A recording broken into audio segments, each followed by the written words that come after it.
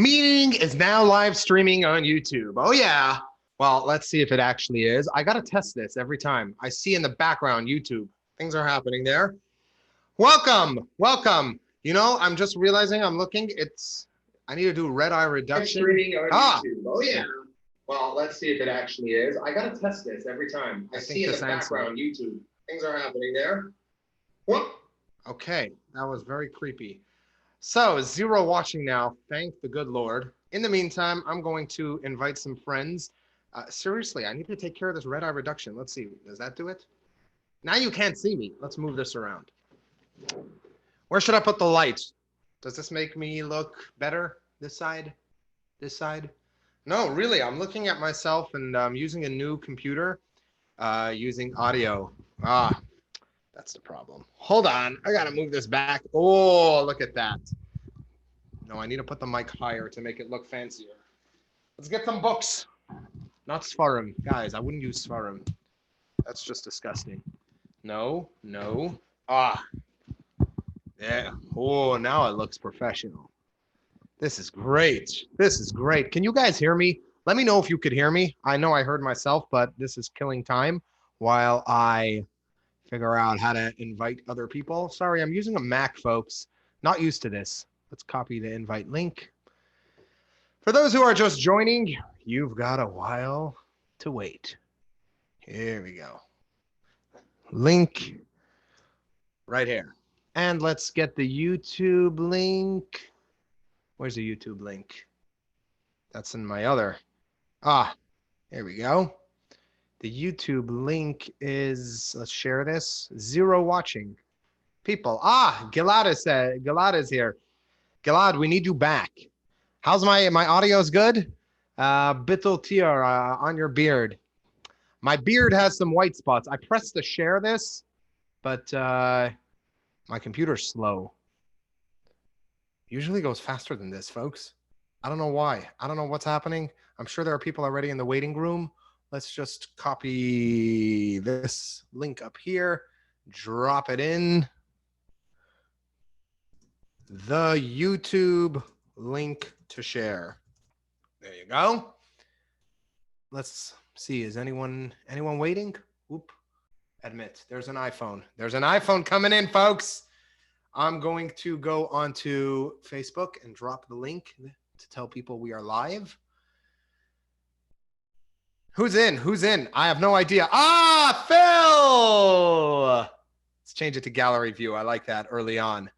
Oh, boy. I'm supposed to get a 6-digit code. Give me a minute. Okay. Oh, boy. Things are confusing. You know what? I'm going to do it on my device. Forget this. That's what I got to do. Phil, I can't hear you. Speak. Oh, can you hear me now? Hello? Is that I cannot hear you. Can't hear me at all?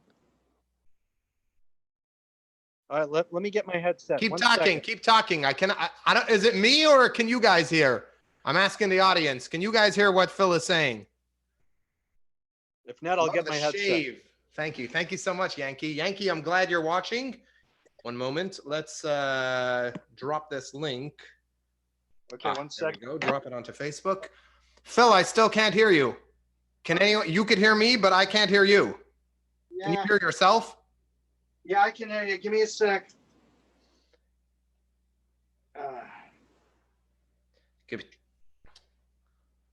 You might have to get closer to your, hold on. Frumprov. All right. Link here. Whoop. No, that was a mistake. There we go. We are live. So as you guys can see, I got a better screen. 1 second, it's posting. Got a better screen. You hear him. Okay, can you guys hear me okay? What's going on? Got the headset in. I'm going to have to do this. Give me a minute. Yankee, thank you. I'm going to get real fancy now. Hi, Levi Chanowitz. Oh, I like the green ones. Give me a moment, folks. We're going to test something out. Okay. Phil, I still don't hear you. Oh, no kidding. Wow, this is so bizarre. Okay. Test 1, 2. Okay. I'm not sure what's going on here, but all right. Let me listen. I'm going to try the laptop. I'm going to try the laptop. Yeah, I could hear from my... Try the laptop. Can you hear other me? stuff. I just can't hear you. We have to wait anyway for everyone else to come in. So maybe I'll pull this out. Copy that. If you guys can hear him, but I can't, then we got problems. Yankee Flussberg here's Phil. All right. Does anyone else hear Phil? Phil, Okay, hang on. you there? Yeah. Can you hear me? Go back into Zoom. It's just us two. Give me Nobody a else second. I'm here. gonna have to log in and log out. All right, I'm gonna try this one more time. I don't know. I don't know why it's not working. All right, give me a second. Thank I'm gonna you try it on the laptop let here. me give me a second. I'm going to whoop. I'm gonna get the code. Hang on. No, it's not me. 1 second. All right, I'm gonna get back in the room. This always happens when there's a new there we go. Perfect. Let's All right, I'm gonna get back in the see, I can hear myself. Okay. Can you guys hear Phil? While I wait, I'll pop open a beer.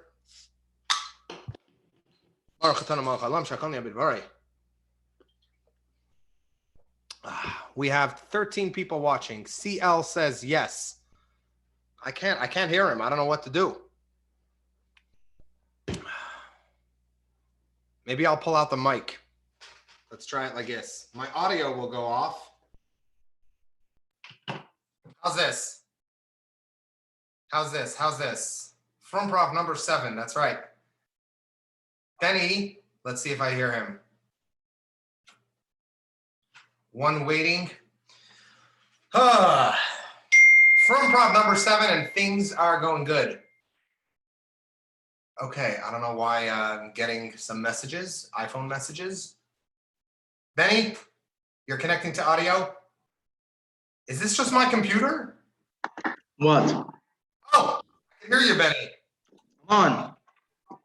Say something. Sing a song. La la lee, la la la la la dee, la la. All those armpits smell. It's all good. He knows. He's my brother. All right. Did my audio improve? Whoa! Yes, it did. Totally. No, now I can't hear you. This is so strange. It's this. All right. I'm going to test one more thing. Let's put this in here. I don't know. My audio is working perfectly. Speak. Let me just make sure I'm. Hello, Now I you can me? hear ya. This is great. Awesome. Wait. No. I'm using my microphone. You hear me? Yeah, we're like the microphone brothers. Yeah. This is so cool. I figured it out, guys. Thank God. You sound amazing, by the way. Very clear. No, is that like my voice in general or just for now on the mic? No, it's a really good mic. Sound better than you do in real life. Yeah, I got specifically the mic that changes your voice from like a crocodile to human, you know? Gives it some volume, gives it some flavor. But this is the kind of mic where you can't get away with like munching on a banana in secret while. Oh yeah, totally. Unless I have really horrible headphones. Well, I'm gonna look like a dunce over here with this. Although it matches. No, just don't put a virtual background. Don't what? Don't put a virtual background, and don't write you have a green screen. True. My ears will disappear. It matches with my Mickey Mouse yarmulke, which hides my bald spot.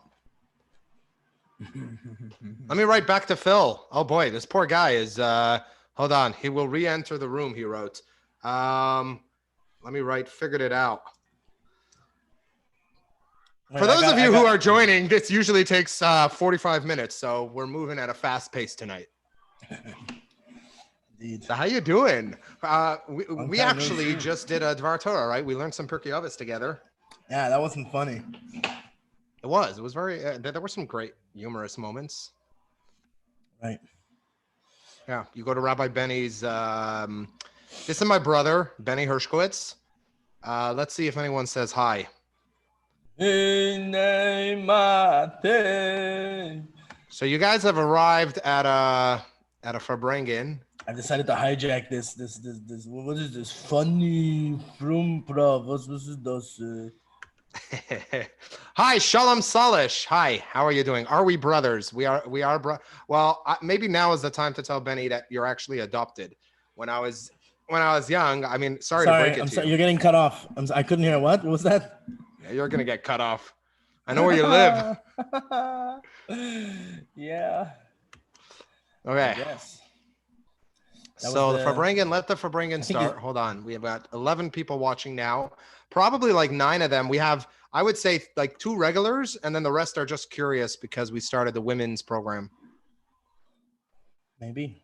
The women's How many of them is family? That's true. No, we don't have like a large family. There's one guy who comes on here, and anytime he shows up, there's like 300 extra visitors. You know his family's on. Jerry Khan, you're trying to connect. What's the Zoom ID of the meeting? Jerry, go into WhatsApp.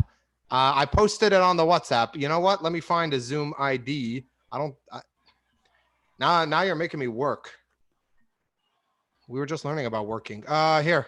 No, there's I see the meeting. Where would I find even the? All right. Let me copy the invitation. Maybe the invitation has it. Meanwhile, I'm just doing a cheat sheet, like you said. Hey, don't tell people how this works. Oh no, did I say that out loud? Okay. Phil Hirsch says it's not working. Let's try this. Meeting ID. I'm going to send. I've got it now. Where's Jerry? This is the meeting ID. Meeting ID. All right. Let's see if anyone else. Here we go. I think Phil's back in. This is basically a family affair. Now, speak up, Phil. I want to hear you. Connecting to the audio. There we go. Can you hear me? Yes, I can hear you. This is Hey. working. It was my problem, not yours. It always is. Okay. It There's a meeting ID. always Okay, is. you know what? All right, let me check this out. Let me see the meeting ID because I might do better. Meeting ID and password. Wait, you're on. You don't have to, I am on. You're on. Yeah, You're good. You're on. Oh, Sarah Goldenberg is a regular. Thank you for being a Oh. regular. I hope you enjoyed tonight's performances. Oh. We've got Phil here. We've got Rabbi Benny. I'm here. Levi Goldstein's going to be showing up a little later. And Jerry Khan. We're very excited to meet Jerry. Give it another couple of minutes. Rabbi Benny just turned off his volume. You know he's Benny. Put the kids to bed. I'm just talking to the Hershcovich. Why? Why is it that an Hershcovich is a woman of valor, like a really it's a sign of a good woman, but if you say Ishchayil, it's a soldier. Oh, that's a good one. That's a very valid point. Who knew, eh? Oh, geez. Let's see, where am I here? 4528. I'm just trying to get back. My phone's about to die, so that's hence the reason why I'm trying to get this done simultaneously and trying to multitask. But we'll get in either way, no matter what happens. We'll get in. We're only 10 minutes in. We're good. Oh, you know what? This is perfect because I actually forgot to record this. So let me hit the record button. Okay. So I just got to get in to Zoom here. 1 second. Hey, but if you're going on live, it's going to be recorded automatically, no? Yeah, but then I got to download from YouTube, and the quality suffers. True. Levi Goldstein is Levi Chanowitz's uncle. So hold on. Levi Goldstein's sibling decided to name his kid after his brother. Please explain. Like, I would never name my kid Benny. Would you, Benny? Would you ever name your kid Svi? Oh, here we go. Okay. Is there something? No. I was gonna make a joke, like not while you're alive. That's a pretty good one. That's a horrible one. It's great. It's great. I love dark humor. Yeah. But yeah, I wouldn't do that. Levi Chanowitz, you have some explaining to do. Here, 1 second. I'm waiting patiently to understand how you got the same name as your uncle.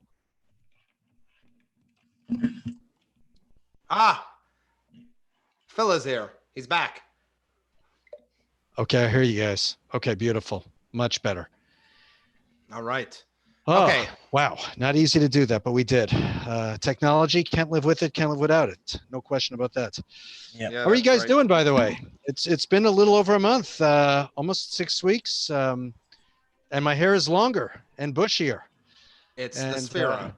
it is the Sphera on my head. It's the Sphera on my head. 49 days, literally. You were supposed to burn it in the Lag Bomer bonfire. I was, but hair smells really bad when it burns. So, you know, hence the reason we're letting it grow a little bit. But oh, you mean it's real? It is real, and I'm also a client. No, it's actually going to come off, not completely. I'm keeping most of it, but within the next 30 years. Hopefully in the next week. There's a possibility that Florida, God willing, and Broward County here in Miami, Fort Lauderdale will open. Wow. May 18th. Probably like within the next 2 weeks, like, you know, whatever. It's a more dark humor. Yeah, You know, I know. Yeah, well, collect- dark humor is California. Oh, yeah, No, we're going to but- open in 5 days. Make that 3 months. Wow. No, but you know those guys who collect hair for, like, you know, like cancer patients and stuff? That is true. In a few weeks, they're going to be like, okay, we have over enough. This is way too much. Yeah, seriously. I mean, I have plenty. All gonna Look, I would come- donate if it was long enough, but, you know. Throw it out. I tried donating my hair, and yeah, my wife wears it as a shaitel. Oh, beautiful. I wear minus peyot. I have growing out of my forehead right now. It's scary. Kind of romantic. Kind of romantic if you think about it. Like, you know. No, I know. Look what at kind of these shaitel bangs. is it? Oh, it's my husband's beard hair.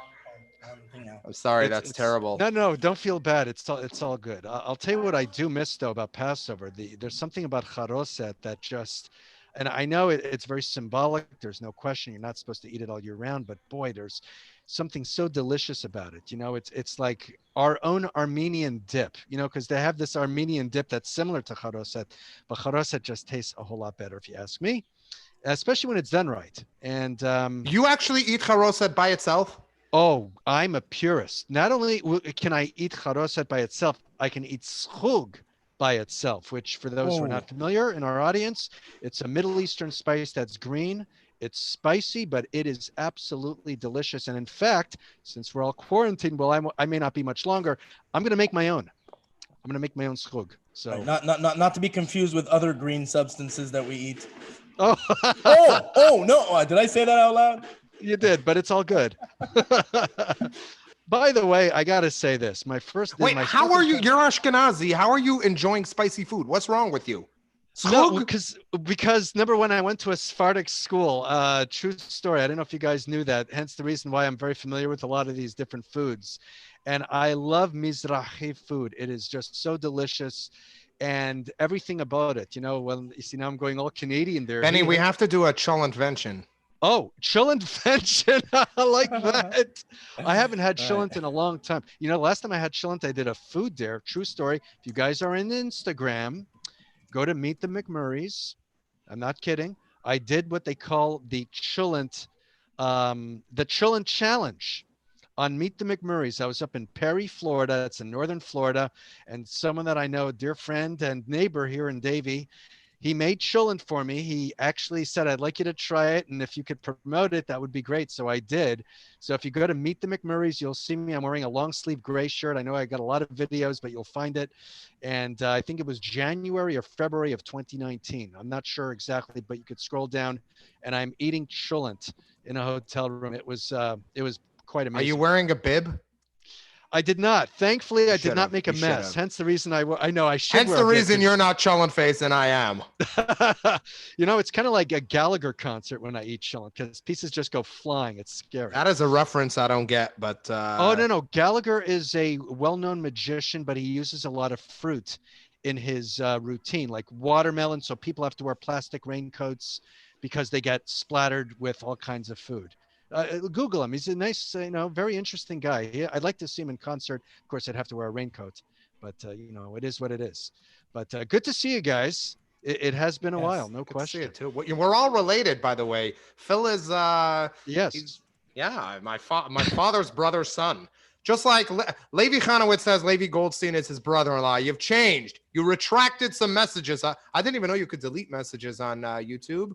And oh, really? Oh, I didn't know that. Levi Goldstein is your brother-in-law. Well, he's awesome.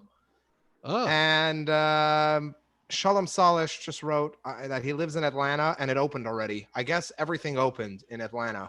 So if you Yes. want to go watch a movie or something, go to a hockey game, just drive north for a bit and you're good, Phil. That is pretty cool. I miss hockey for sure. And no question about that. Because, where I'm at here, see, now I'm in the Everglades. You could barely see me. I actually look like Bernie Sanders. This is my Bernie Sanders impression just by using a virtual background. Wait, throw his voice in. You're good with impressions. Absolutely. I am hiding right here in the grass because I'm trying to avoid Mr. Joe Biden, who, by the way, is after me. Now, he'll never find me in the Everglades. That's why I'm hiding right now. I'm keeping a very low profile, believe me. All right, I'll let me get out of this. Fantastic. This is pretty scary. That to look at the Everglades like that. I've never seen it. So it is beautiful, the Everglades. We're actually not far from there. But I'll go back to my normal, or I could do a little Star Trek. Oh, this is kind of cool. Yeah, but then I disappear because of the gray screen. We could do this whole evening just like this, just with impressions and backgrounds. Yeah, absolutely, we could. We can talk about all about baseball. Now, baseball's exciting. I'm sure we have baseball fans. Hold on. Let me introduce you. You're already getting started on your set, aren't you? Sorry, I couldn't help it. All right. So let's get this thing rolling. All right. If Jerry Khan is somehow going to figure out how to get in here, Jerry Khan, he's up next.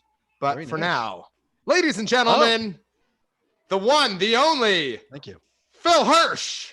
Thank you. It's so good to be here. I'm really not a comedian. I'm more of a commentator. It's all good. But, usually people will say, hey, can you do this impression or whatever? But my second time here on Frumprov. And yes, I've eaten shillent in my life. I'm grateful. Thank you. Sometimes it has different effects, but you know what? It's comfort food. That's the most important thing. So we're talking about baseball, and I'll tell you what's very interesting. Every rabbi I ever met in my life has always been a baseball fan. And one thing I will say, sometimes, you may ask a strange question. It could be irrelevant. They give you that look like that, and, you may have to spend an extra 5 minutes. All of a sudden I'll say, Rabbi, I got to ask you this question. Who is your favorite baseball team? And I'll never forget this. His name is Rabbi Goldberg, a great man. He goes, oh, Ephraim, let me tell you something. I remember the Chicago White Sox with Nellie Fox. Now, that was a second baseman. So, it was just incredible, when you just talk about it and you watch them beam with pride. I mean, it's like the most amazing thing, almost like a kid in a candy store. It's fascinating. And every time I've been to a ball game, like, B'nai Akiva growing up in Canada and Montreal, hey, how's it going there, guys? We would go out on field trips. We go to hockey games, baseball games, and everybody would just love it. There's just something, we take for granted. And yes, the last time I was at a ball game, it's been a while. Last year, April, I think the Phillies played the Marlins. The Marlins lost. Gee, there's a surprise. But, there's still something about it. The old ball game, it's great. And, you see a lot of people with beards. And first I thought maybe it's ZZ Top. No, it's not. They're rabbis. Really, they are rabbis. Rabbis who can play guitar, by the way, and they're quite good. So it's something I do miss. I cherish our national pastime, and I'm hoping Atlanta's open. Maybe the rest of the country will hopefully follow suit, and we can go to ball games. And if we have to wear masks or scheitels or whatever we need to, would a scheitel work? Would that work as an appropriate mask? Like if you cover the nose, mouth? What do you guys think? I'm just wondering. It might work. It might work. Maybe a bib. I don't know. A bib would be kind of weird. You put the 770 bib. See, that would be great. Chabad should do that. They should do the 770 masks. You have glad kosher, you can have badatz, you have all these different, the hechsharim, you have an okay, you have an OU. Are you okay? Can you breathe in that mask? Yes. And you? Good. So it certainly does help. And it's good marketing. I think it's great. Now, speaking of baseball, you guys probably know this. Do you remember the trading rabbinical cards? Anybody? Am I that old? Okay, good. This is important. We used to have the trading rabbinical cards. You look at all the statistics. I mean, it's pretty amazing. People say, yeah, I'll trade you a Rashi for, whomever. It's pretty, oh, look at that. Someone's joining in as we speak. Look at that. Are you a manager of a baseball team, by the way? I'm just wondering. Maybe not. That's all good. But stuff like that is great. And hopefully, in the future, we're all at ball games, they'll have cards like that. I think it's just a nice little memento, to have. That is for sure. But yeah, baseball, I won't get into the erasers, but I'm going to say this. I've met some rabbis in my life that have an incredible fastball. And you got to make sure you're paying attention in class, boys and girls. Seriously, this is crucial. Because if you do fall asleep, you may, pay the consequences. So get a good night's rest, do your homework, listen to your parents, and avoid erasers at all costs. That's all I could tell you. Survival method, that is for sure. I still have marks to this day. See this? This is chalk. This is chalk. 1981. Look at that. Can't get rid of it. Unbelievable. But anyways, it's good to see some new faces. We got, it says Motorola. Oh, Moto, I thought that was your new phone. It's your name. I'm sorry about that. There you go. Moto G5 Plus. Congratulations, sir. Wow, I should have left my beard on. I was actually had a beard for about 7 days and it started to itch. Here in Florida, we have humidity. It's brutal. Let me tell you something. When I say sticky, it's like a fruit roll. It's like when you take your shirt off for something, you try to go to bed, it sticks to you. And so it's very Florida-like. I'm not sure how bad it is up in Canada right now. I know it was in the 30s. I checked the forecasts often in Montreal and stuff, but I feel like I'm talking to myself. I don't hear any feedback. There's no applause or anything. No booze even. It's unbelievable. I've been hissed a few times. It's really some. Thank you. I appreciate it. I don't get out much. Why? I've been in quarantine since March, but it's all good. Hey, it's going to end soon. It's going to end soon. We're keeping our fingers crossed. And by the way, I got to say this to Benny, and kudos to you, Benny. As you know, when I first used Zoom, it was a month and a half ago, my very first time. And you did this unbelievable instructional video on Zoom. And it killed me. It was the fun. I shouldn't say kill. It's not a good thing. It floored me. It was the funniest thing I saw. The Maple Leafs jersey, everything in the background. That was you, right? I'm just making sure I have the right person. It wasn't. That's unbelievable. I'll tell you. See, you wear a beard. All of a sudden you think, oh, it's the same person, but it's not. There was one comedian with us. He did this Zoom instructional video. It was, I'm telling you, one of the funniest things I've seen since Kevin James came out with a film called Out of Touch. By the way, I don't know if you guys have seen that really funny video. I'm a Kevin James fan. He's a great comedian. He's been in a lot of different TV series over the years, notably King of Queens. But if you haven't had a chance, and it's not Chometzdik, it's actually Pesachdik. It's good stuff. Clean comedy. I think you'll appreciate it. Anyways, who shall I introduce to our next? And by the way, I like the green headset. I think we've got a theme going here. This is very interesting stuff. See, I've had this one now since March of since COVID. This is my COVID headset, they call it. All right, we're back. Someone's typing in my ear. Okay, go ahead. All right, folks. Whoa, hold on. Gotta unmute him. Phil Hirsch, ladies and gentlemen. Good stuff. That was great. That was great. Yeah. I just want to mention. Oh yeah. Just want to mention that if not for Shabbos, all those rabbis would have been in the Major League Baseball. I concur. There's something about baseball and rabbis. I'm telling you, you talk to every rabbi, like 99.99%, all love baseball. There's something about it. Can't explain it, but it's one of those things that they truly. It's because it's the only sport where you don't need to move. I think in my case, they would have been like successful in what's that? Not wrestling, the MMA. Oh, MMA, sure, mixed martial arts. My teachers would have been great at that. Yeah. I actually had one that was a black belt. Interesting that you mentioned that. So you wouldn't want to mess with him. You would always call him sir or rabbi, yes, and sit at attention and look straight ahead and hope for the best, as they say. But he was very good. Well done. Well done. Thank you. Jerry, how you doing? I'm pretty good. How are you? You look exactly like your mugshot. That's why my name is Khan. Welcome to Frumprov. This is your Frumprov debut, but you've been doing stand-up for a while. Tell us about it.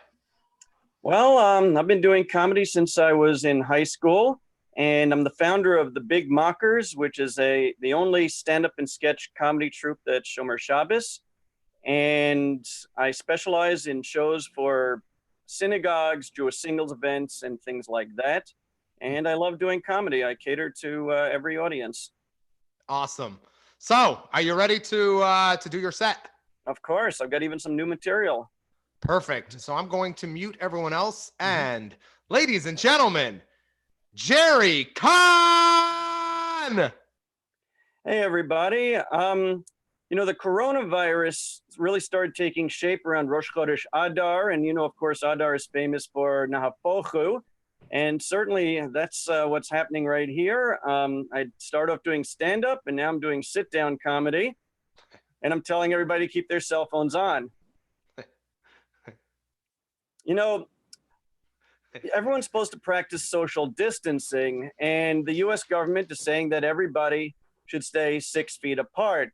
And in other countries where they use the metric system, they're saying it should be 2 meters apart. According to halacha, the proper distance is daled amot. It took me quite a while, but I finally found an open Pesach program, and it was really good. They cleaned everything really thoroughly, really machmir about that. And they let you stay for 2 weeks, gave you 3 meals a day. It was right by the airport. The program is called Quarantine.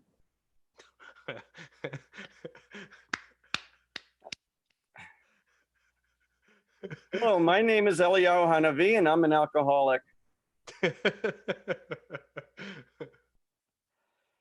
know, speaking about the Seder, I love the Pesach Seder. You start off telling stories about slavery and Yitziat Mitzrayim. By the time you're done, you've had way too much to drink.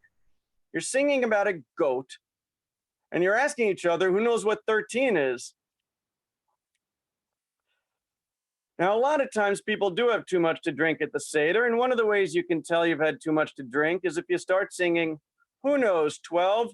I know 12. On the 12th day of Christmas.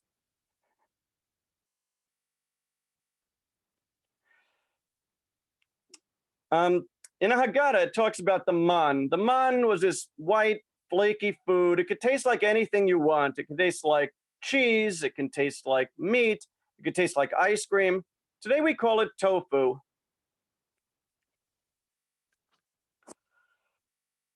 True story, one time when I was a kid, I came up with the greatest place to hide the afikomen. Nobody came close to finding it. I hid it with the chumetz.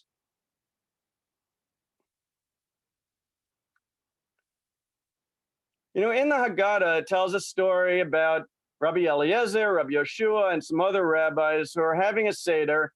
And the Seder lasted all night. Finally, morning arrived, and their students came to them and said, you let Rabbi Karbach lead the whole Seder? A friend of mine, speaking of Pesach, a friend of mine celebrates Pesach and Pesach Sheni. It's not that he's religious, he's just a neat freak. Now, speaking about the holidays, I work as a lulav and etrog salesman. It's a great job. Every year I get 51 weeks of vacation.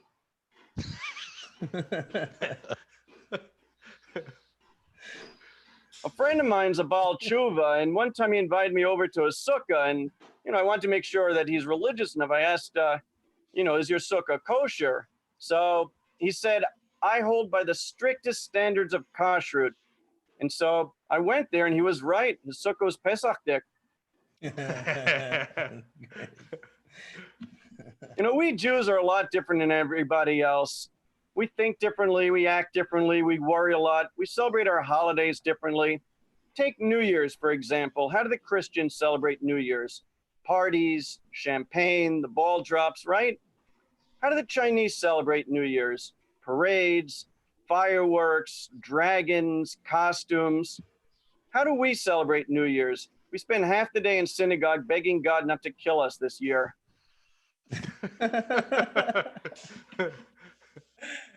Now, this past Yom Kippur, I finally had the right idea. I finally got it right. I davened with the Hashkama minyan. It was great. We did all the davening, did the laning, blew the shofar, finished in plenty of time for lunch. Now, Hanukkah is a holiday that we celebrate because of 3 miracles that happened 2,200 years ago. But you really only hear about 2 of the miracles, not so much about the third. You hear about the menorah staying lit for 8 days instead of 1, right? You hear about the small number of Jews defeating the vast, powerful Greek army, right? But you don't really hear that much about the third miracle, which to me was the biggest one. Somebody in Israel discovered oil. Good one. I went to a single Shabbaton last weekend, and I made Kiddush for everyone at my table, but some of the women at the other tables were also Yotzei, because while I was making Kiddush, I had them in mind. When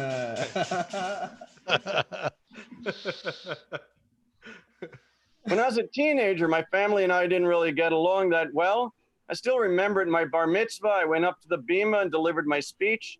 Then my parents came up and gave the rebuttal. Woo! That's great. A friend of mine's a Baal Tshuva, and he accidentally made one of his pots treif. So he went to his Rav and asked, how do you kosher it? So the Rav said, you kosher it the same way you made a treif. So he went out and bought some more pork. I moved to a new community a while ago, and I was checking out different communities before I moved there. And one of the communities seemed a little bit too modern for me. They had a wireless eruv.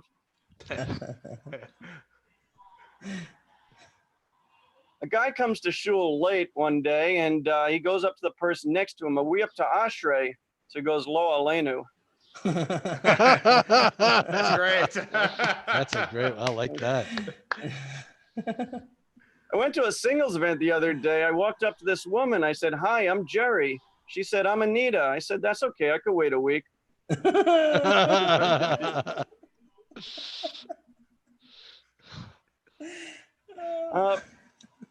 You know, in the end of Parshat Noach, beginning of Parshat Lech Lecha, you have Avram working in his father's idol shop, and all the idols get destroyed except for one. And Terach comes back and says, what happened? And Avram accuses one of the idols of destroying all the others. Then Avram davens to Hashem. Hashem says, I want you to change your name from Avram to Avraham.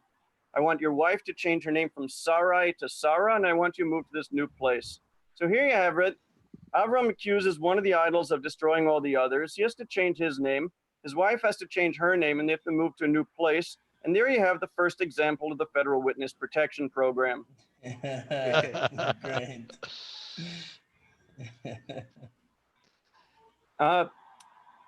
This J for J walks up to me and says, join us and you're going to go to heaven. Otherwise, you're going to go to Gehenna.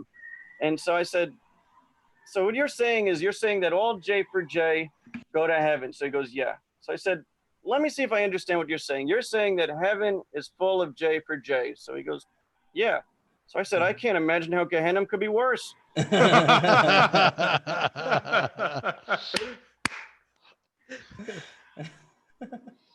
You know, I'm a really bad cook, and right after I finish cooking something, everyone runs right away to bench. Gomel.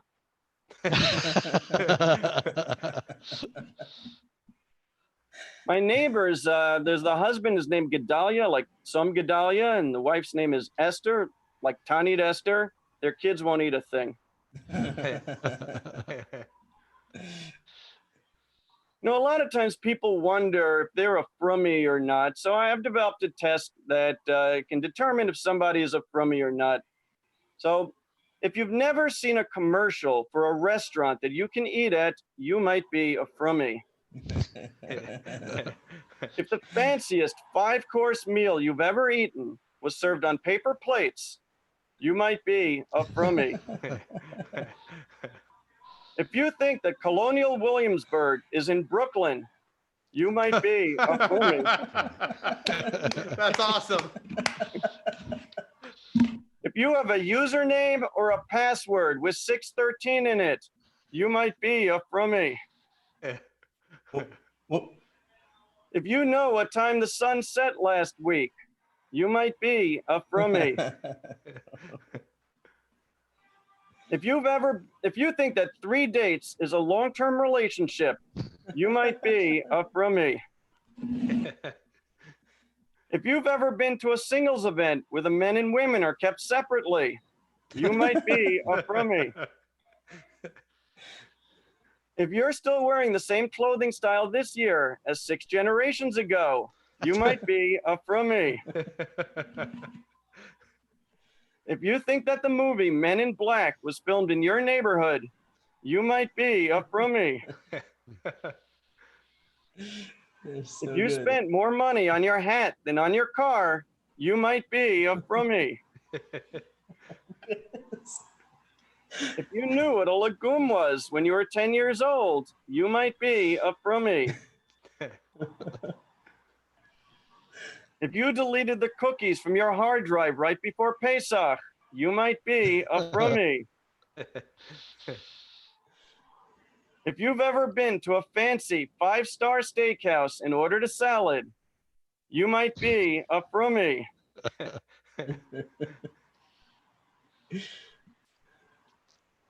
I'm not sure how much time I have, so I guess I'll end on this. This drunk guy walks into a bar. Oh, enough about me. That's great. Thank you. I'm Jerry Kahn. Wow. Jerry Hey. Kahn! That was amazing. Thank Amazing. you. Thank you. Flawless delivery. That was phenomenal. Phenomenal. Oh, thanks. I had a great time. Can I do an honorable mention Frummy joke for you? Absolutely. Please. If you have 770 on your license plate, you might Yeah. just be a Frummy. There you go. Well, while we wait, just in the chat, first of all, you've got a comment. Sarah Goldenberg says you're very, very funny. Thank you. You can Thank you, ask Sarah. any questions. Phil is an impressionist, and he could probably do just about anyone. And all questions are welcome. Meanwhile, let's move on. Next up is my brother, famous Rabbi Benny. Oh, I'm sorry. The audio went out. That was my introduction? Oh, man. Am I on? Okay. All right. So this is my first ever shot at public speaking, public comedy. So recently, I went to buy a gartel. For those who don't know, gartels are what Frummies wear around their coats when they daven. It's those long black strings. You know why? Because there's nothing a lot more embarrassing than getting caught with your pants down in the middle of a midah. But no, that actually sounded better in my head. But anyway, so I'm in the store and I'm looking to buy a gartel, and there's like 6 different sizes for the gartel. All right, the gartels range from size 8 feet to the length of chili. All right, I don't know if there's anyone in history ever walked out of a Judaica store fitting room with a gartel in hand and says, no, that one was a little bit too snug for me.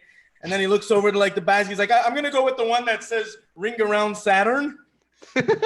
Like, I'm not a marketing genius, but I think like a nutritionist should just drop a few pamphlets around those gartel baskets. And then after I bought my gartel, I went to get a kapata, right? The kapata is those long black coats. And I walk in and I find one that, I guess fits me. And then before I leave, the guy gingerly hands me a Ziploc bag with 12 spare buttons. I didn't know what to make of it. Like, is that some sort of subliminal messaging in there? I don't know. Is it generic that they give these extra buttons from experience? Or maybe they saw me come in and the guy whispers to the cashier, he's like, throw a few extra in there, just trust me on this one. and then I came with the package, so I don't want to waste money. I want to get my money's worth. So I'm making sure that I'm growing into those extra buttons, of course. But anyways, last week we celebrated Pesach Sheni. And, Pesach Sheni is the classic message that it's never, ever too late. There's always time for a second chance, which makes me wonder, if it was a second Hanukkah or a second Purim, I'd be okay with that. The rabbis come to me a month after Hanukkah. They're like, okay, we want to give you a special Jewish message. It's never too late. You're going to have to celebrate 8 days of Hanukkah again. You're going to have to light candles for 8 days. I know it's a little annoying, but you're going to think of the goods. You're going to get presents every day. You get a bunch of trips. You get your Hanukkah gelt. You get jelly donuts and latkes. It's okay. I'm fine with that. Or Purim. There's an extra day of Purim. It's never too late. You always have a second chance to catch up on your mistakes. You're going to get drunk again. You're going to have parties. You're going to have to listen to Megillah for 30 minutes, but it's worth it, right? I would be totally okay with that. But the rabbis are like, no. Pesach, after we eat matzah, a month later, the rabbis gingerly walk up. They're like, what should we do now? It's been a month after Pesach. Hey, well, why not? Let's make Jews eat matzah for a second time. Which, by the way, we're in the middle of Sfiras Omer. Do you know the real reason why we count 7 weeks of Omer? We do that because that's the average amount of time it takes to recover from eating matzah. You know, Schleimy, I heard you know, we haven't seen him recently. He's been out with an acute matzah trauma. He's out for 7 weeks, right? It's a legitimate sports injury. So now again, with Pesach, if the rabbis would have come a month later and they're like, okay, guys, we want to tell you a message of a second chance, Pesach Sheni, we're all going to give you Afikoman gifts again, or we're all going to go on another Chol Hamoed trip. That's okay. I'm cool with that. But why matzah? The only part of Pesach that we're so traumatized from, they come in, they give us matzah. It's like, hey, it's never too late for constipation. You know, and I'm like, okay, so I'll have the matzah. Can I at least have like a barbecue some meat, some lamb or something? And they're like, no, that's too similar to temple times. The temple doesn't exist. I'm like, okay, maybe we can have some music, call some friends, make a no, Sfirat HaOmer, you can't have music. Just eat the matzah and suffer in silence, right? So, woo! You know, like friends, when you have friends over for a party, and then you're like, you know, you finish the party and you as they're leaving, you're like, hey, that was great. Come back again anytime. You know, so your friends like Hanukkah and Purim, like they're normal. You know, you say come back anytime, they understand. They're like, yeah, we'll see you next year. Once a year is good. You know, but Pesach, he's like that friend who, you know, you tell him come back anytime, and a month later he's like knocking at your door. And he's like, remember that time you told me to come back and hang out? Well, let's, you know. And you're like, okay, I'll let you in this time, but this time, I'm sorry, I'm not doing what I did last time. Last time you made me kick out chametz. He was very offended. This time, you guys are going to have to learn to live together. You know, so that's Pesach Sheni. And then again, also with Pesach Sheni, like it's marketing genius from the rabbis. I think like Purim and Pesach and probably all the holidays. It's just like after Purim, the rabbis got together and they're like, okay, we have an abundance of nash in our home and we got to sell these matzahs. So let's just make it forbidden to have any nash. You got to get rid of all of your nash. You got to get rid of all your chametz. Get ready for the whole summer stock, you know, the whole summer line of foods and whatnot and Jewish items. So, and then Pesach comes and the rabbis are sitting there like, oh yeah, everyone has extra, like 30 pounds extra of matzah in their home. What are we going to do with that? We'll just make a religious holiday and force people and make them feel all guilty if they don't eat all the matzah, you know? So that's a marketing genius. Like we, you know, fashion companies, when it comes to the summer, they just are giving 50%, 70% off, you know, to get ready for the summer line. You just have to make a religious holiday, which makes them feel all guilty if they don't do it. And then it's a given. It's so easy, right? And then we just celebrated Lag BaOmer. Lag BaOmer is such a happy day. There's music, there's dancing, there's bonfires. It's one of my favorite days of the year. And then, of course, the story goes that Rabbi Shimon Bar Yochai, he was passing away. And his students were like all crying next to the bedside, you know, and they were, Rabbi, don't go. And, you know, he opens his eyes and he tells the students, guys, no, don't be sad. Don't cry. Be happy. Be happy. And there was the one guy in the back who took him seriously. He's like, yeah, Rabbi said, be happy. You know, he's like the guy when your wife tells you, no, don't buy me a birthday present. It's just sitting here with you is so nice. You know, he's the guy who didn't buy his wife the birthday present, right? So every day on the same yard site, he's like making like rave parties, calling his buddies, getting drunk, going crazy. Rabbi Shimon's like looking down from heaven. He's like, that's a little too much, you know, I didn't mean that.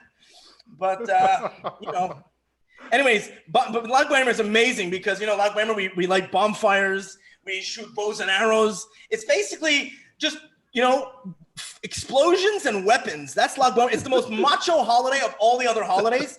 The only thing I'm expecting the rabbis to institute is that every Lag BaOmer, we should all get a skull and crossbones tattoo on our shoulders. And, you know, the skull because Rabbi Shimon was in a cave for 12 years. And the crossbone looks like an olive, and it's Kabbalah, I guess. But, yeah, you know, when it comes to Lag BaOmer, it's such a macho holiday. All the men are like, you know, we all tell her, okay, we got this, honey. You take a day off. Go do something glittery. Go shopping. I got this. We're manning the barbecue. And from my experience, and of course my wife's experience more, you know, when a man says he's manning the barbecue and he tells his wife to take the day off, that's when the wife wants to buckle down. Because she's not getting a day off. Like I tell her, you know, okay, I got this. I'm doing the barbecue. I got the grill. I'm going to go get the coals. And next thing you know, my wife, I'm like, oh yeah, just before you leave, I just need a potato salad. I need some coleslaw. I need 2 dips. Get the sodas. Can you prepare the burgers, please? Right? So she's in the kitchen all day preparing for my barbecue that I'm getting the credit for. And all I end up doing is just flipping burgers and taking the credit. And everyone's like, Benny, nice barbecue, nice barbecue. You know, of course, the next morning when my wife is cleaning up after the mess we made, you know, I'm like, hey, honey, we should do this again sometime, you know? And she's like, yeah, anytime, Joey. Come back anytime. I'm like the Pesach Shani of grillers. And that's my set. Yeah. Wow. Brilliant first set, Benny. That was amazing. Really great job. Oh, yeah. I saw the first version of it. That went way beyond that Lag Boimer. You're right. Lag Boimer is such a macho holiday. Totally. But you guys actually, It is fun. who really Yeah, the takes other out one- bows and arrows? Like, who does that? Well, I made for my kids. I went to Home Depot and I bought some of those flexible plumbing pipes. Oh, PVC. I'm a Hershcovich. Yeah, the PVC, like the flexible and the thin ones. I got it from my dad, that idea. And then we tie ropes to it. We make a little slit. We tie ropes, and I get those little thin wooden sticks, and my kids go crazy. And how many neighbors have survived the onslaught? Well, yesterday morning I had 7 kids, and now we're well, Sphere at Homer. That's like, oh my goodness! In Sphere at Homer, they're giving kids bows and arrows. It's like during the 3 weeks during Sphere at Homer, they're like, don't go in the car. It's bad. It's very bad luck for you. Don't go driving just for no reason. Hey kids, have some weapons. I don't know. It's just yeah. Once again, And Rabbi by the way, Benny, brilliant stuff. Yeah. Well done. And yes, I'm still eating matzah. We have so much of it, and it's good. Your body gets used to it. The first constipation, it's rough, no question about that. But then, in due time, it's kind of like giving birth, and now you're fine. I'm good. You gotta lay off the Moroccan food and join the Cholent Brigade. I will. You know what? I like spicy cholent. Have you guys ever tried like a combination of? It's what they call like Mizrahi cholent, where it's Israeli style, but it's actually quite good, and it's got all the basic ingredients, but it's just got a little bit of a zest to it. You've sold out your Ashkenazi brotherhood. I'm a foodie. I love food. I can't help it. But once you've tried certain foods, whether it's baba ganoush, hummus, tahina, and everything matbucha and schug, it's just there's something about it, guys. I'm telling you, it's delish. It's really delish. And in my case, I actually once a couple of months ago, I'm eating schug also. Schug, it's one of the schug is the food that I hate it, but I can't stop eating it. Like literally, I'm just eating by the spoonful from the bowl, and it's burning my mouth, but I can't stop. It's because you're in Mexico. It's a real problem. If it's You've got no other kosher food. You see, you can't over spice it either, because you don't want to eat it like it's a ghost chip where it's going to just burn your kishkas inside out, and not to mention the roof of your mouth. So you don't want to lose your flavor buds. All of a sudden, oh geez, I got corona, I can't taste anything. No, I had schug. So that would be kind of scary. But in this case, I say use 1 habanero. Some people like to make it with 2 habanero spicy peppers. 2 is overkill, but 1 is enough. You want all the flavors to balance in. And I've got so we got 2 Sfardim on this side, who I'm weirdly related. Jerry, can you cut in? I like it very spicy too. I eat ghost peppers and stuff. Oh, wow. Yeah, believe it or Ghost not, I peppers. like Ashkenazic food. Yeah, I like Sephardic food better. A man after my own heart. I'll tell you guys. We've all been infected. I've been Clearly. Keep in mind, You're all down south. I was in Israel back in the late 80s, early 90s, and that's where I really started to experience and taste all kinds of different Yemenite food, Iraqi, Egyptian, Syrian. Oh my God! Plus the weddings, and all that food is there, and it's just, I'm telling you, you guys, you're missing out if you haven't tried it. And I don't know, Israeli food. I have a whole different diatribe on Israeli food. I can't get it. I don't get Israeli salad. Like, there's no bamba or bisley in it. No. That's Israeli food is the simplest food in the world. It's unbelievable. There's no sophistication to Israeli food. It's all like so simple, but they're so particular, Israelis. Like, they'll taste the food and they're like, it's disgusting. I'm like, what's missing? You need a little more salt, Like, okay, put a little more salt in it. Add a little za'atar to whatever you're making, and za'atar can go on anything. You can even add it to cholent. But I usually add it in salads. Sacrilege. I add it on baba ganoush, hummus, tahina, and then you have Turkish salad, matbucha. And Hawaii, they have that spice. Oh, I don't know.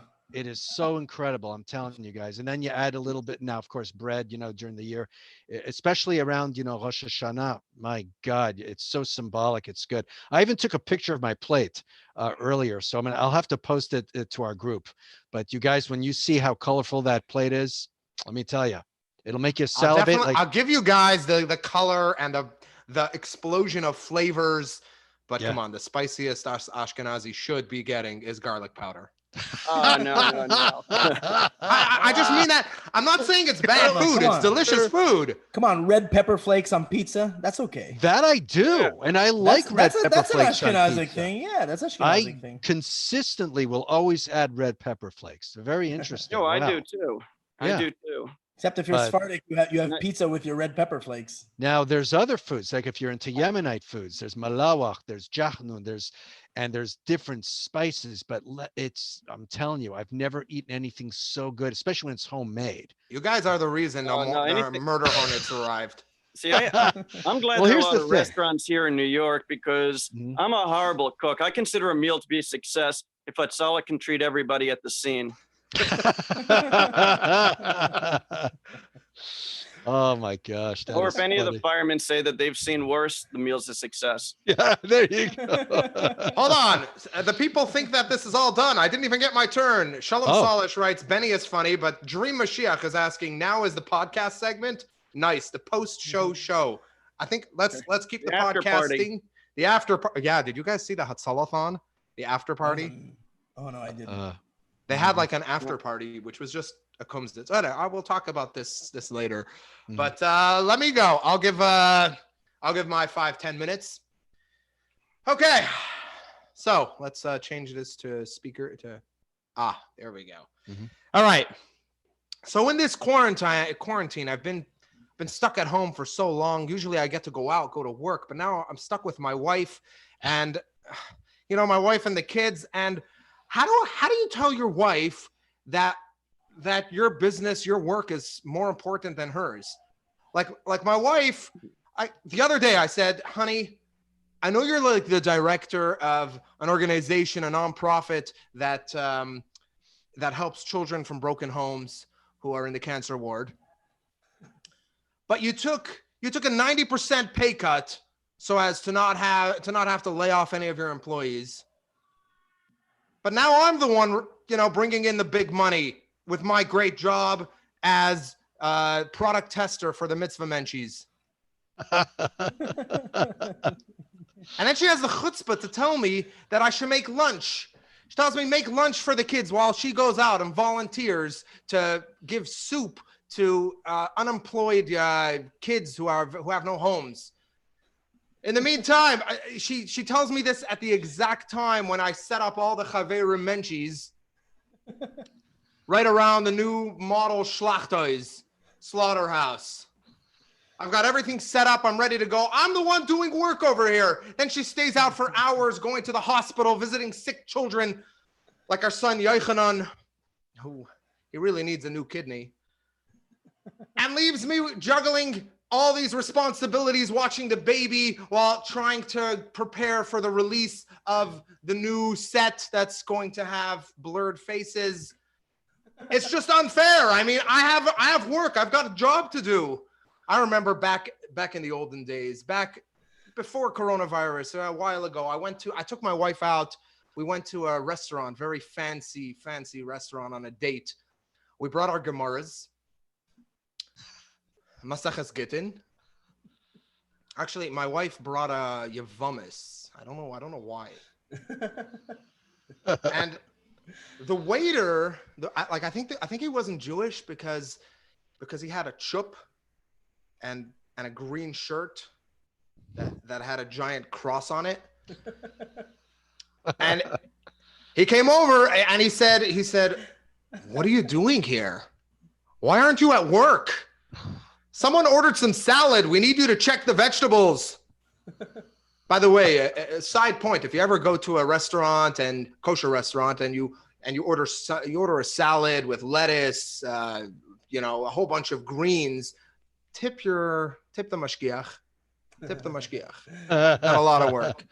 So anyway, after my wife left to the back to check for bugs, the guy on the table next to me started choking, and the waiter yelled out, "Does anyone know the Heimlich maneuver?" I jumped up right into action. I took a bunch of knedlach and I just started stuffing them in the guy's face. The waiter was like, "What are you doing?" I was like, "I thought you said the Heimish maneuver." And that's when I realized that there are two types of Jews in the world. There are Frum Jews and there are Heimish Jews. Frum Jews are like very careful with everything. They're kind of like a yeki doing bedikas chametz in a grenade factory. Heimish Jews are more reckless. They're more in your face, like a pregnant Israeli in a pizza shop after Pesach.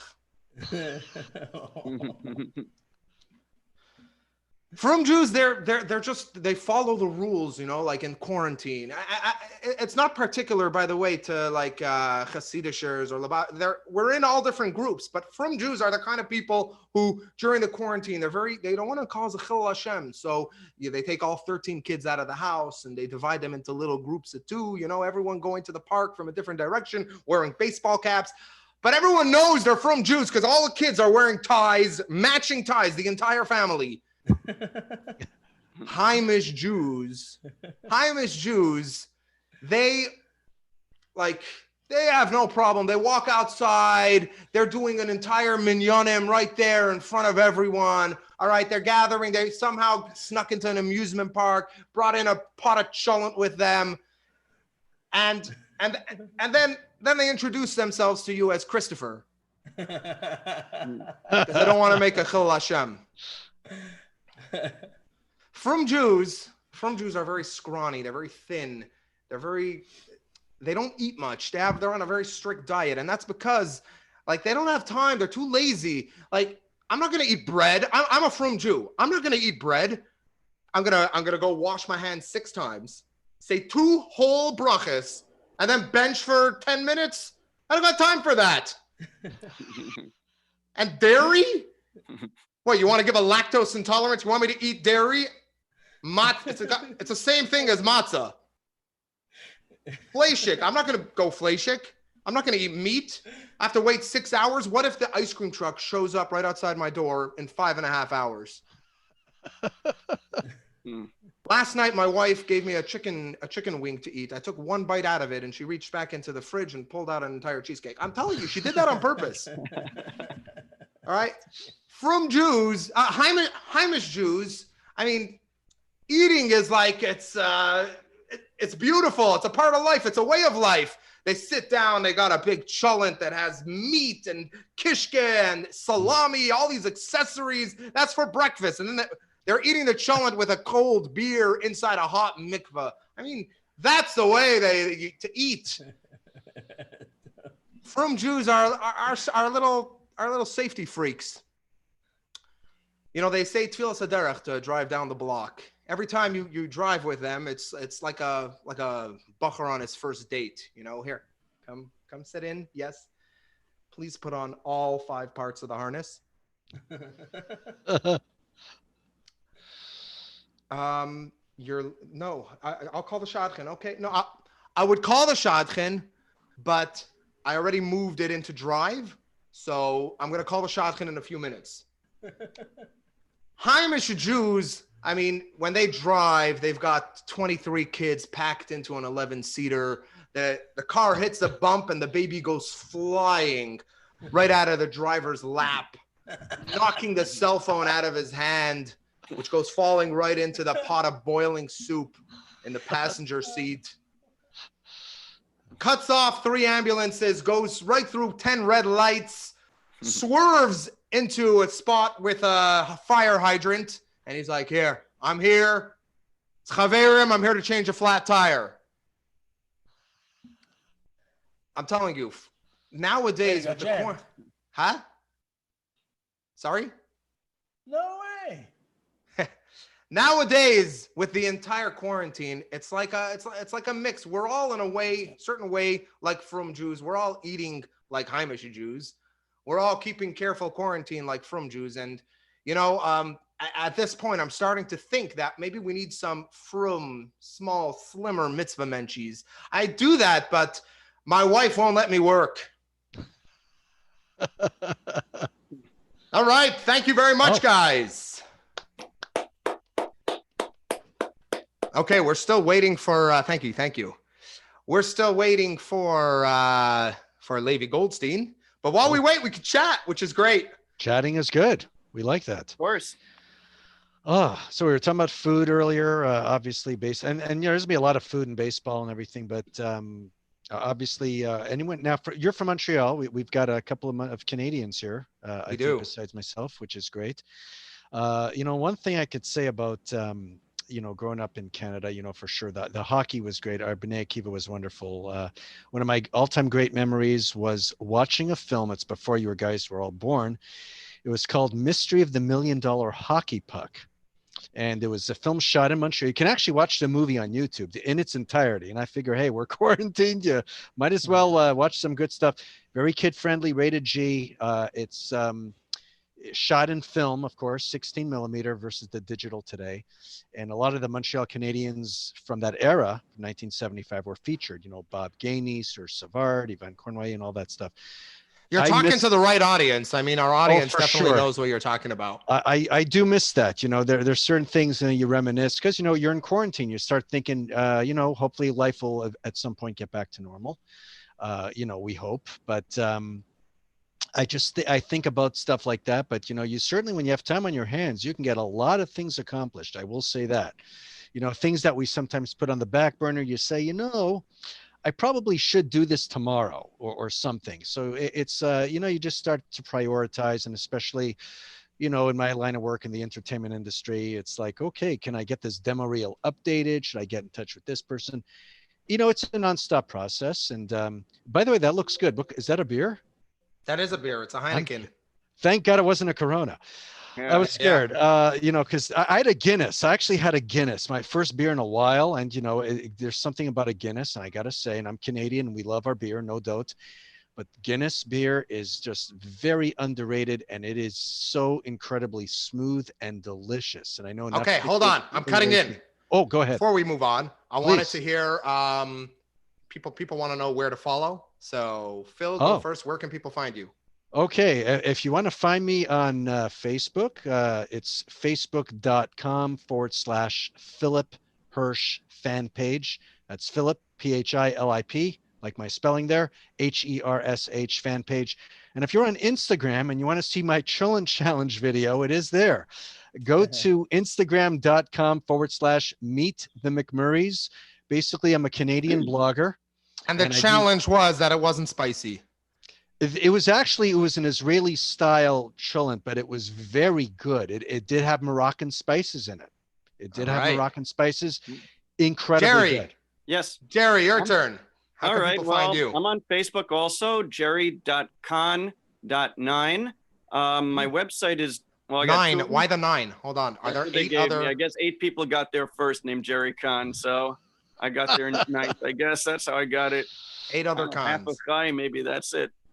And I'm also www.jewishcomic.com and www.jerrycon.com. And as I mentioned before I went on, I'm the founder of the Big Mockers. So you could also find us at www.bigmockers.com.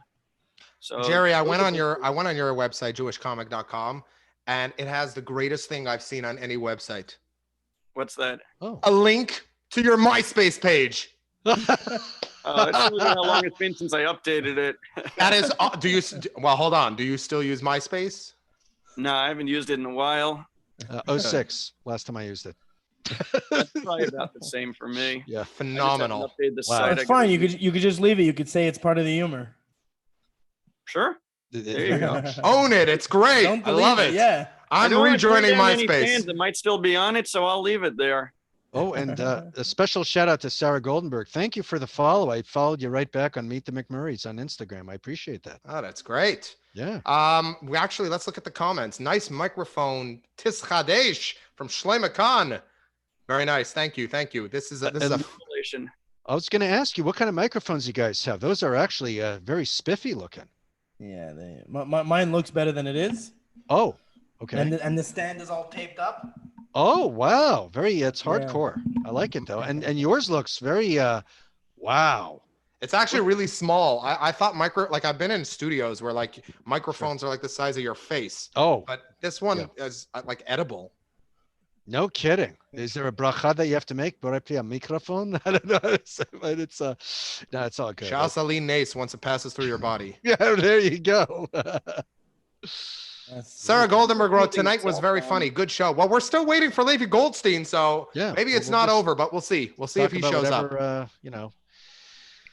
So Benny, my third device that I tried to get it on, and I finally got to get something to work. 2 computers couldn't do it, so I'm just on a regular cell phone right now. You know, it's funny. I was on a cell phone too. I had a little trouble on the laptop, but then miraculously, once I got that link with the password, then boom, I got in right away without an issue. But I was trying to really old school, trying to type it in. It just was not working. I said, all right, I may have to use my phone, and hence the reason why it's charging. Same here. And I noticed there's a lag. YouTube must be about 30 seconds behind what I have on the cell phone on Zoom. That's in case you swear. I can. That's what I thought. No. I thought you were gonna say Yiddish that. curse words. You know, the 7-second delay. Try it, Jerry. Try it. Look. Ears closed, everybody. No, I'm just kidding. Hold on, Rabbi Benny. Where can people find you? Oh yes. No, I don't do that type of. I mean, I'm not. I don't know. I don't do comedy. I'm not a rabbi anymore. Rabbi Benny at offthegrid.com. No, I'm kidding. No, Rabbi Benny is Jewish Cabo. You're on a little shul here. Every single week. A couple of years ago, you used to make a weekly video, Parsha on the Parsha. That's youtube.com/Jewish Cabo.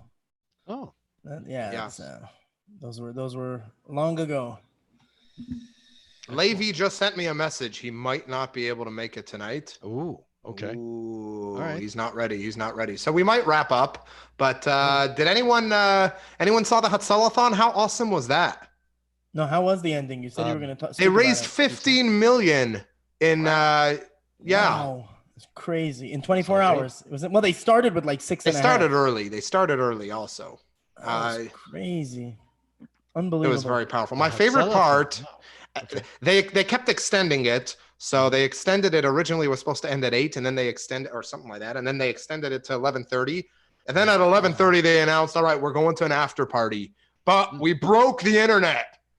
You're gonna have to refresh the page." So I refreshed the page, and then they were supposed to end it and restart, but they ended it a little later, so they probably lost half of the crowd.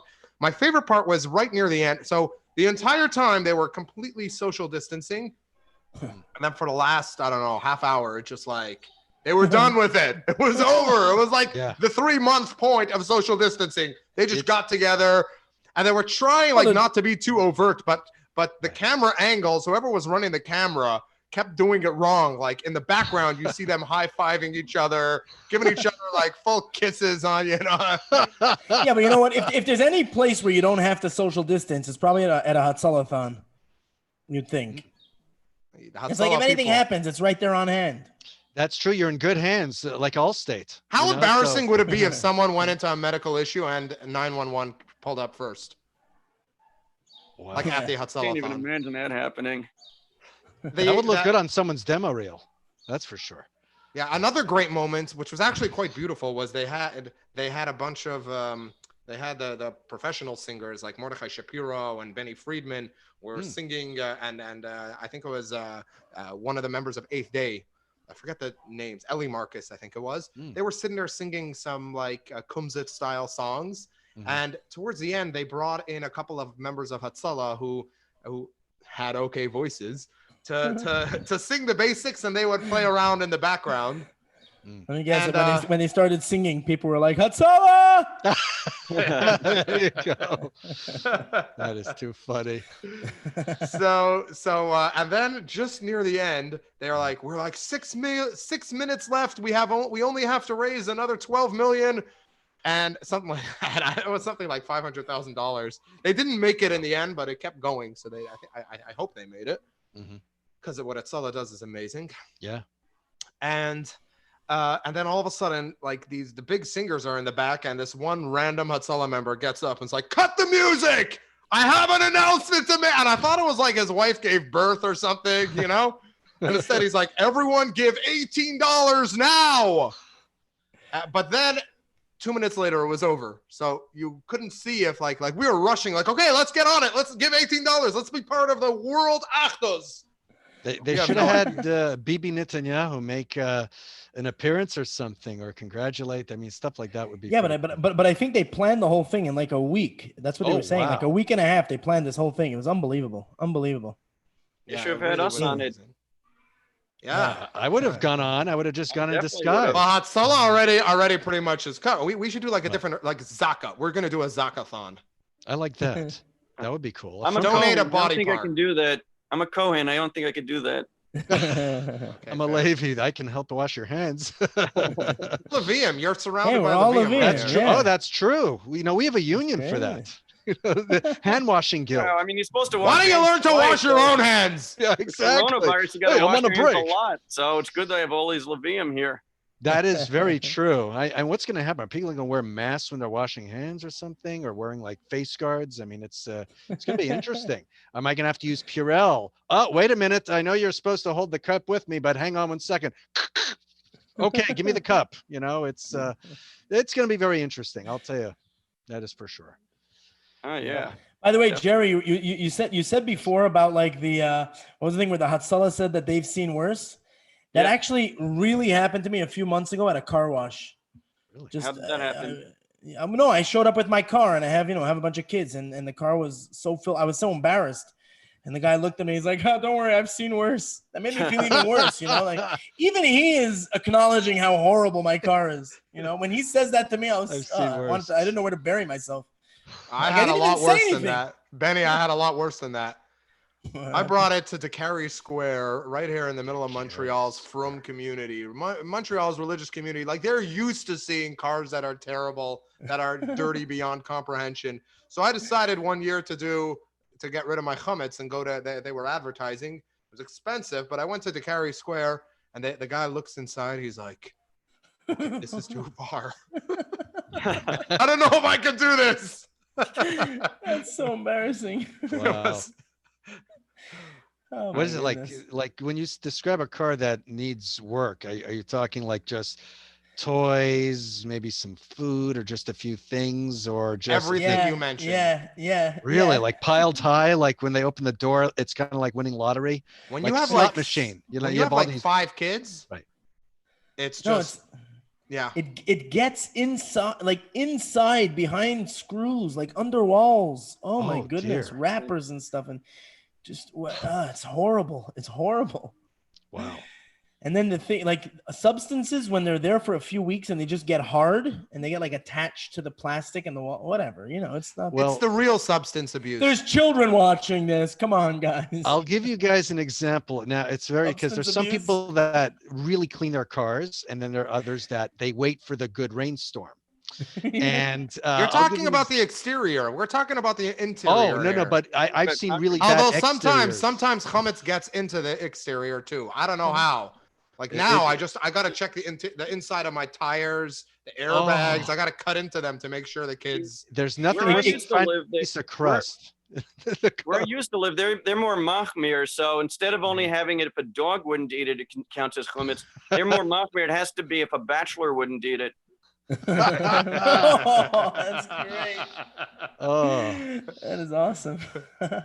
Well, it got to the point this Pesach that I told my wife we're only going to use one car on Pesach. The other car I just sold to the guy. It wasn't even worth it. Wasn't even worth it. Wow. No? Now, did it contain a lot of chametz in the car? Because that's a 2-for-1 deal. It did. Oh no, that's why I sold it. It was a disaster. I mean, it's understandable why he sold it back to me after Pesach.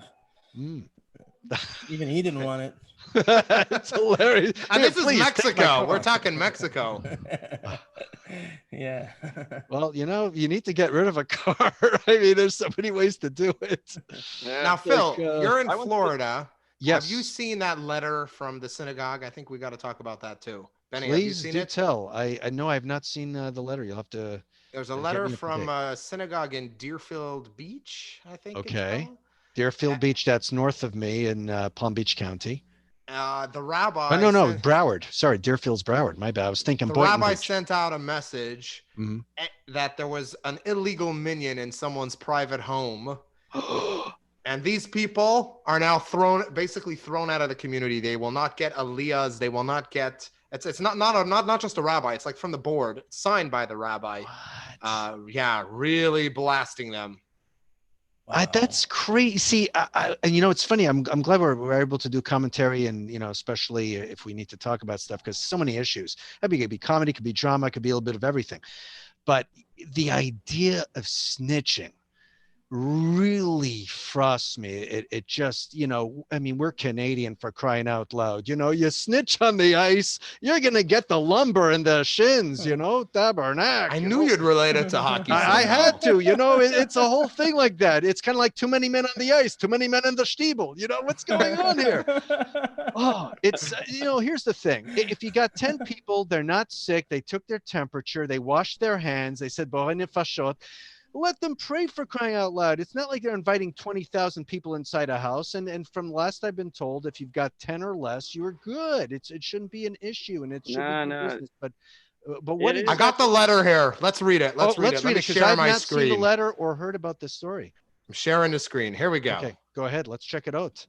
Ooh, wrong part. Here we go. Oh, there you are. Dear YIDB members, it is with complete disgust and revulsion, Benny, he saw your car, that we are forced to share with you that in spite of our own Mora de Asra's clear halachic guidance and those of the OU Young Israel, Agudath Israel, RCA, and other rabbinic organizations, plus recent medical guidance by Rabbi Dr. Aaron Glatt, there were a number. That's, by the way, he's Glatt kosher. Yeah, he's Fleischiks. He's Fleischiks. There were a number. He's Heimish. There were a number of people who blatantly violated our Shoals policy and indeed participated in a rogue minion. Rogue? I love that. Rogue?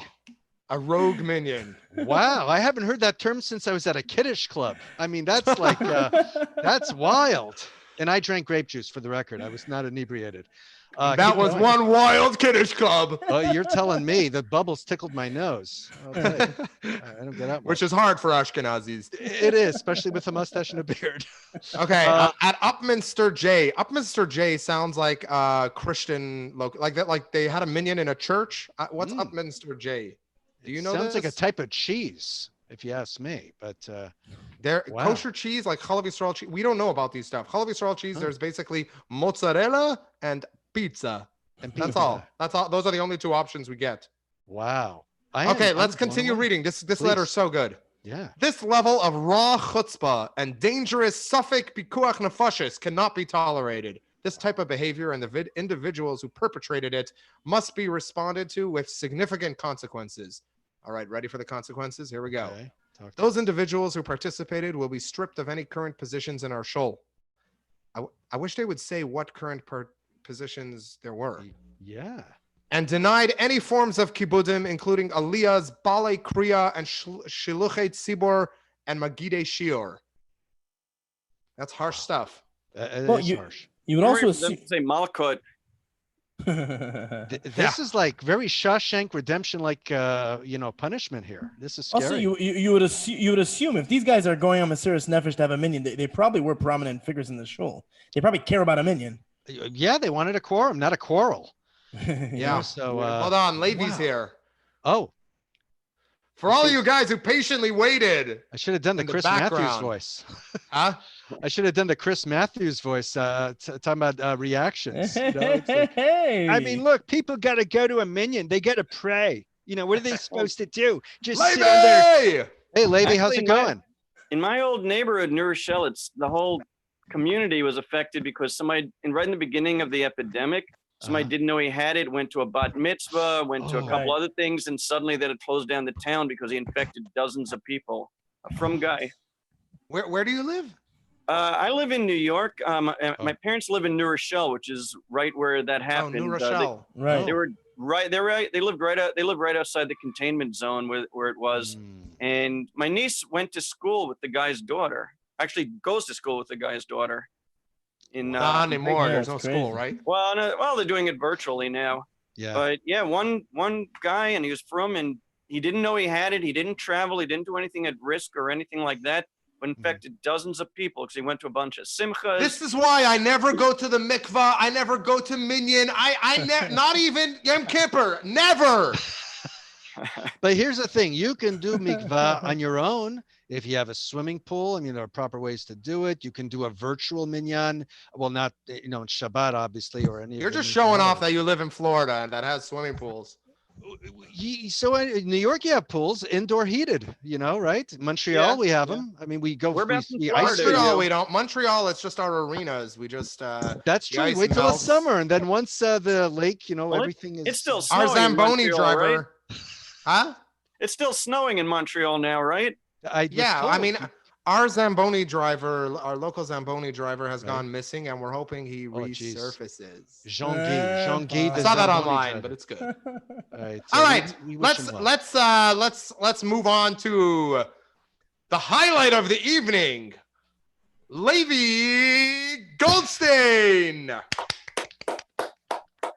All right, so I've been busy. I'm sorry I'm late. I've been, busy changing diapers and taking kids in and out of the. I don't know. It was like a tornado. I was like with kids and pajamas and vests and anyways. But we're here. So what did I miss? Did anybody? By the way, I hope nobody spoke about the Atzalasan because that's my whole show. Nobody spoke about it. No, every single one of us. What is that? You'll have to elaborate. Perfect. Nobody spoke about it. So good. So that's the okay. Great. Okay. So now I got my whole thing is about that. Okay. So I was like, because I started watching it. I was like, as soon as the thing came on, I'm to my wife. Okay, honey. I closed the door. I'm like, I'm working. Because this is work for me. I have to study this stuff for my show. Anyways, so I love the first guy. Do you guys know the first singer that came, the Polish guy, heavy set guy? Anybody know his name? Shlomi Ungar, no? Oh, yeah. Oh, so he was awesome. He was all into it. And he had this song. He was like, Bidchu, Bidchu, Bashem, Bidchu, Bidchu, Bashem, something, and it ends with Ein Lois Yeshua, right? And he ended the whole song, Ein Lois Yeshua, which basically means man has no hope. That's the official Corona theme. Like nobody caught that, but when he sings it in Yiddish, it sounds in whatever, it sounds so nice, it flows. But I caught that because that's my job. That's what I do. So watch out, singers. I'm on it. Okay. And he started with like a slow song. He's like, angefangen mit der regischen Neginim. And he ends that, and then all of a sudden the band goes, bang, bang, and he's like, yes, come again to the Meronische Neginim. Which means now we can go to the Meron Neginim. And he's like, and there were, between singers, they were talking, they keep saying, the Hatzalah members, they kept saying they wake up in the middle of the night. It's like, it just brings a tear to my eye, the fact that they have to wake up middle of the night. And let me tell you something. Anybody who has kids woke up middle of the night. I'm not crying about that. Well, I was crying about that. But anyways, no, God forbid, not to put it down.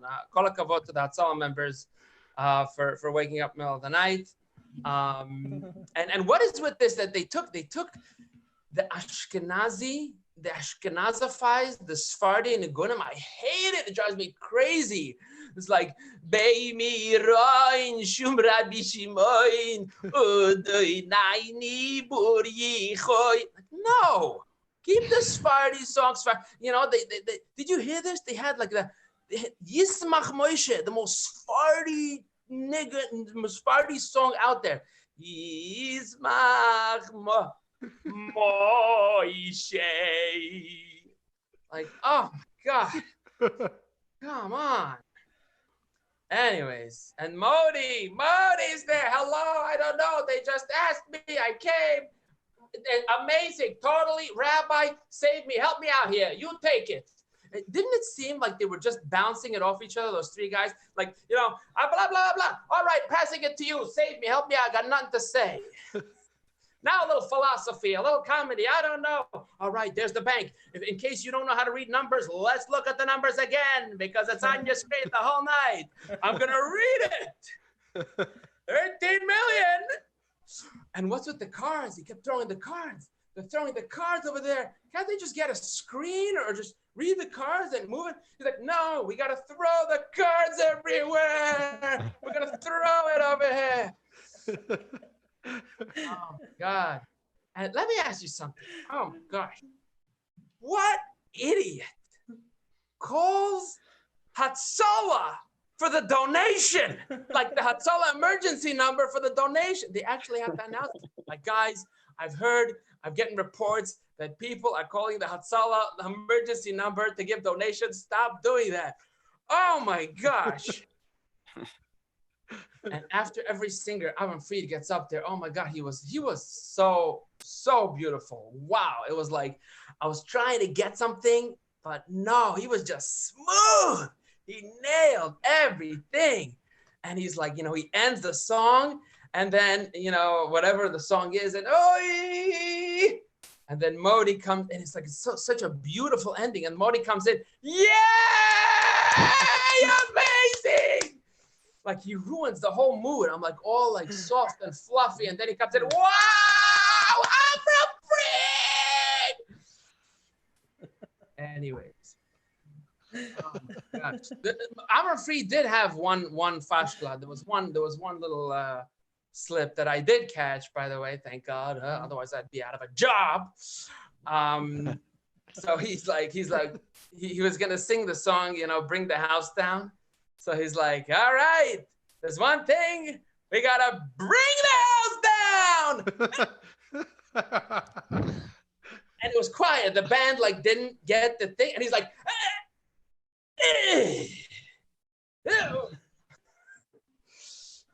you can watch it. You're gonna see it anyways.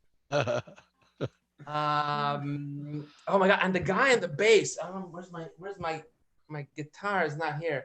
The guy on the guitar bass, and in general in bands, the guy on the guitar on bass, I don't understand. Like, what does he do? There's one chord he's pulling all night long. It's like, boom, boom, boom, boom. Like, what is that? What do you go to school for this? Like, it's a long guitar. He has his fingers in the same place, and there's just one string. Boom, boom, boom. And the guy in the evening, if you go see the video, he's like this the whole night. He's like, and oh my God, these guys have been, I don't know, were they playing for 24 hours? Like 24 hours or whatever it is, 12 hours, 13 hours straight. All these musicians, I mean, you look at them, my arms hurt from the guy holding, the trumpets. They're holding, imagine holding that for 12 hours. It's unbelievable. And at the end, I looked at the guy on the guitar and bass, and he was literally falling asleep. Oh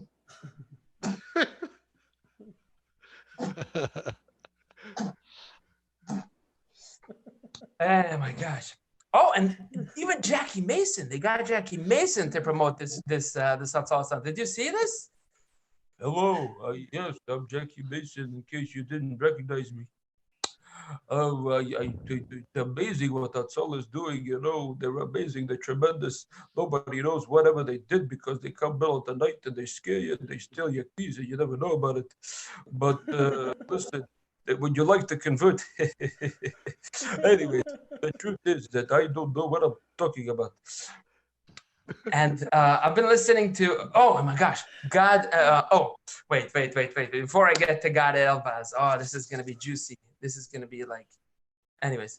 I've been listening to Benny Friedman came out with this new, these songs, these like 3 or 4 songs for Sphera. Beautifully arranged. Oh my gosh, I just kept hearing it over and over, just not to listen to the regular Sphera music. It was just so good.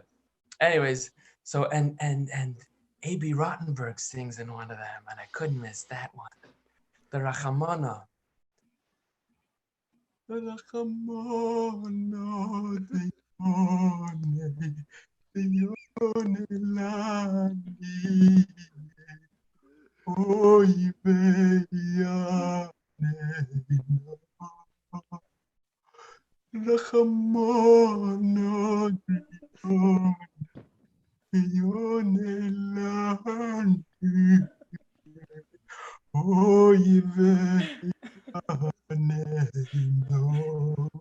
And Shlomo Simcha comes in.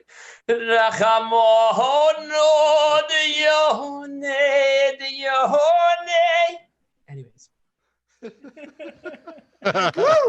God help us. Oh my gosh. Listen, Tzvi, if you need to delete this, you can delete this, but I'm going to say it anyways. I don't care. Did you see God help us? Oh my gosh. I closed the kids' eyes. I took the kids out of their room. It was literally, he was like, עד בלי די, עד בלי די, עד בלי די, עד בלי די. Thank you very much. Oh my goodness. That is my part, guys. Wow. And by the way, really impressive Jackie Mason impression. Oh, this is Yeah, nothing. that was good. You had his voice When I down. was a boy, when I was a young lad, I used You to had his voice memorize down, you entire had the shows. I syntax. still know it. It was very impressive the way you were able to emulate him. I mean, you brought him to life. It was fascinating. I've never seen anything like it. It was a mishigas, but it was good. And it's true. I just told It's true. myself a better joke than I told you. Okay. But that was good. I liked it. It was good, Jackie That was Mason. very good. Yeah. That's fun. My Good stuff, goodness. guys. We have something in common with that. You know, it's kind of cool. I had the pleasure of actually impersonating Jackie for what was it called? Ben's Best Deli in New York. So when people call up, they go, "Thank you for calling Ben's Best. You know, while you're on hold, let's talk to you about our pastrami sandwiches. They're fascinating. They're top of the line. Let me tell you, it doesn't matter if you're gonna plus, you're gonna love this sandwich. Hold on for just a few moments longer." And you know, so and that's basically it. And it's a lot of fun. You know, getting to do that. Genius. That's genius. Oh, yeah. It was pretty neat. You know, so Yeah. sometimes they'll call, "Hey, can you do this impression?" I'm like, Now "Yeah, sure." Hatzalah has. Oh. Now Hatzalah is gonna have the Jackie Mason. You ever get put on hold by Hatzalah? That would be. Could you? Or does she have Gail Beavis? Mole Rachman plays. Oh God, that's good. How bad would that be? We've got some comments over here. Oh, Jackie Mason impersonation is spot on. yes. And Well Sarah done, sir. Kaltman says that was awesome. Levy, that was like wow. Yes. Where Especially can the people find singing. you, Levy? Oh, where can we find you, Levy? What are Okay, your Facebook, Levi Goldstein. nice? Not Levy Goldstein 9? Well, there could be 8 of them. Who knows? Well, no, there are probably a lot of Levi Goldsteins out there. You just got to look for my face, my pretty little face. What? Yeah, But you're actually Levi Goldstein. That would be cool, though. What if Bibi Netanyahu was the on-hold voice for Hatzalah when you call in? Oh my 'Cause he God! And does- there's another part actually that I wanted to do. Oh, I was gonna save it for another show, but anyways. Save it. We'll have you on again. Okay. Or just do it twice. Do it now and then yeah. again. Get a second opinion. It's all No, worth I it. just we're talking about imitations. I have an imitation of Israeli newscast. Oh, You know, Go for it. just the beginning. It's like it goes doot doot doot doot doot. כל ישראל מירושלים שלום רב, השעה 8 והנה החדשות מפי יצחק איתן. ראש הממשלה בנימין נתניהו אמר הערב כי ניתן להשיג שלום בין הפלסטינים לעברידים. שר התחבורה אמר הבוקר כי... התחנה המרכזית יהיה קריר מחר בבוקר. You know, I'd say that's good, man. I love it. It's so תחזית מזג האוויר בחיפה בענן ובערים בטבריה 27 מעלות בבוקר עד 23 מעלות אחר הצהריים. וזה סוף החדשות מכל ישראל. Exactly. Oh, love it. Well done. That was great. That would be cool, though. You imagine? It's like, thank you for calling Hatzalah. This is Bibi Netanyahu, and while you're on hold, just know that your donation could actually help Hatzalah. You'll do great work. And if you donate right now, I will personally meet with you I will take a day off. I will fly into your city.